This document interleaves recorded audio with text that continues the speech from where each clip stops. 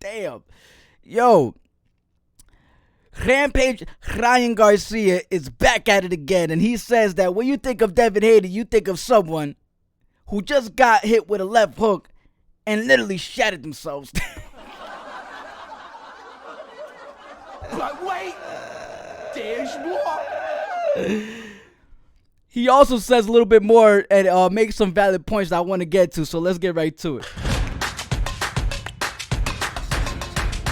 VIC SZN. VIC SZN got that flavor. Damn right we do. Now, there's a voice recording on the X app, formerly known as Twitter, and there's a feature called Spaces, in case you guys don't know. There's a feature called Spaces where it's basically a group chat of, you know, a bunch of people who could send voice recordings to each other, in other words. You know what I'm saying? So it's just like a group chat with voices. It's like, you know, voice recording audio. Pretty dope. It's cool, I guess. I don't know. Whatever you want to think about it, it's up to you. But yeah, he was on that app. He hosts his own little space, you know, group chat here and there every so often. Ryan Garcia, where he just reacts to a bunch of shit. You know what I'm saying?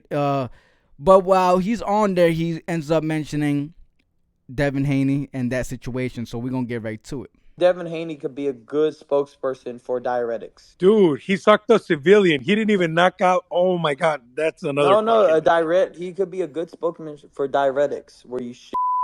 So when you think of Devin Haney, you think of a man that got hit with the left hook and it literally made him shit. Tell me how he gets the Liam Paro fight coming off a loss. Because he's a and he keeps crying to whoever. It's wild. Bro, I don't know what's up with Devin Haney, but he did fight somebody at a fair, and the WBC never. I don't see no. Where's the punishment for? Because I think if an NBA player did that, the commission would definitely fine them. Devin Haney could be a. So that was the voice recording coming from Ryan Garcia on the app called X, formerly known as Twitter. And, you know, he's talking about when, in case you guys didn't know, when Ryan Garcia knocked down Devin Haney. I guess what had happened, he hit him in a specific area in the jawbone that kind of did this. And then that right there, that shit triggered something on this side of his body, attacked his nervous system, gave him the bubble guts, made him shit himself.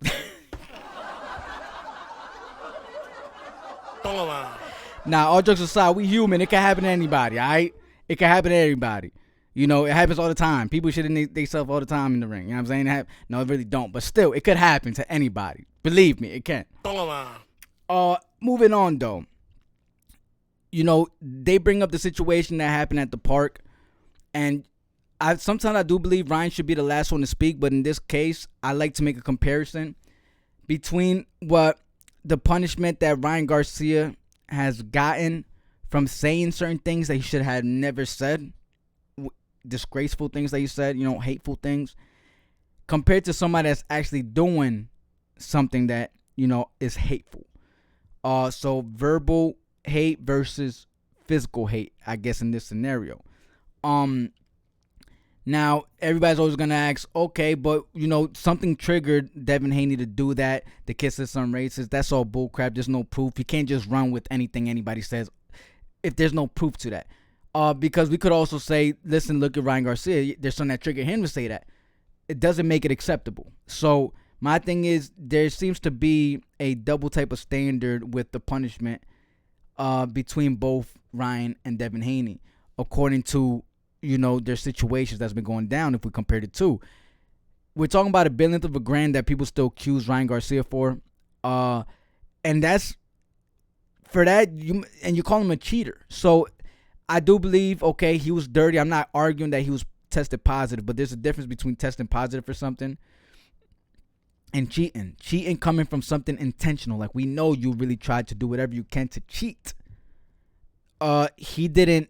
This was a billionth of a gram. Even Andre Ward said it wouldn't make any sense. So it's not that he was trying to cheat, because if that was the case, then there's no benefit from that billionth of a gram or from what it even came from. Austrian, you get no type of enhancements during the fight at all. So my thing is, it's no different from basically smoking trees and then you call somebody a cheater because they smoked a little something before they fight. It just don't make sense, but it's still unacceptable. You know what I'm saying? It's still unacceptable. So that's why he does deserve a punishment, Ryan Garcia, for that situation. But what doesn't make sense is Devin Haney not getting one at all for him actually doing something. Because, you know, we know Ryan Garcia said some crazy shit too. And he got his punishment for that. But we see Devin Haney and he's like, he lost the fight. Then he actually did something crazy. You know what I'm saying? He actually tried to got into it with a fan at the park. My thing is, how is he getting a title shot after these situations that went down? He got beat up by Ryan Garcia. Then him and his boys try to do something to another individual at the park. And then he gets a title shot. And I just feel like all of this is baby energy. You know what I'm saying? All this is people catering to someone that doesn't want to take accountability, that doesn't, you know, that plays the victimized card all the time. And we got to cut it out with this victim card. It just gets whacked because there's real evil, real racism taking place in the sport. Now, what Ryan Garcia did, I'm not talking about that. I'm just talking about the fan situation with Devin Haney saying that the fan said the N-word. We have to stop this. It's getting out of control. That means every time Devin Haney gets involved in some crazy, all he has to do is play the victim card and he's out of trouble. That's what we're doing. So he could get himself into anything. This is why I understand he's probably trying to avoid problems with Tank Davis. Because he can't say, oh, he called me the N-word. You know what I'm saying? He can't use that, so he probably just avoids it. So to me, it doesn't make sense. This victimized card doesn't make sense. There's real racism going on. Why are you going to apply it? Why are you going to apply any type of protesting, advocating, whatever it is for this type of mission that you seem to be fighting to a boxing fan when it could be applied to real racism going on in real life? People that take and bring this racist card, pull the racist card and the victimized mentality into the sport of boxing are people that are mainly like real weak-minded people and don't ever have a real answer, don't ever have real facts, don't ever have real anything. So the only thing they could rely on to not feel like they're wrong about something is bringing a victimized and race card into the conversation where they could feel they could have leverage of just gaining some type of honor or something. I don't know. You know what I'm saying? But it's just it's a little corny. We're talking about the sport of boxing. You know what I'm saying? Don't watch boxing if you feel like, what's the point of watching or being a fan of boxing if deep inside you're going to complain about every little thing that takes place in boxing, but don't do nothing to the real life situations taking place in your community? It just don't make sense. But there is real shit taking place, and there needs to be a lot of attention to. So don't waste your energy on the sport of boxing trying to find it in the sport of boxing. There's real issues going down in real life. There's a lot of people that need to be there to start helping make these impactful changes. And if you're on YouTube trying to fight racism and playing the victimized card on people's YouTube section comments, then you're not going to do anything to make any change. That's just my idea. But anyways, moving past that, you know, Ryan Garcia got his punishment. That's good. Devin Haney, I don't see how he's getting a title shot. It don't make sense. But I do want to see Devin Haney back. That's just me. I do want to see. I think Devin and Ryan Garcia is probably the biggest fight to make, in my opinion, just because of everything that's been built with that storyline. Hold up. This is the universal favorite to fight fits from all nations. Thank you for tuning in to VIC SZN Sports, the #1 source for combat news and creation. Toma, huepa, chacho, pa que sepa, puñeta. You know what I'm saying? Before you actually go smash the like button and all that, make sure to comment. Let me know your thoughts. You know what I'm saying? What do you think? Do you feel like Devin Haney still deserved the title shot coming back off a loss, and also the situation that took place at the park?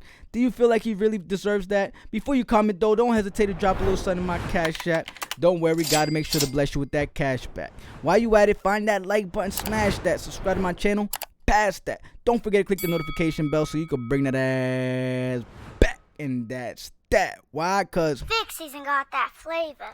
you're damn right we do. Toma. And yeah, one more thing, man. Love to all people.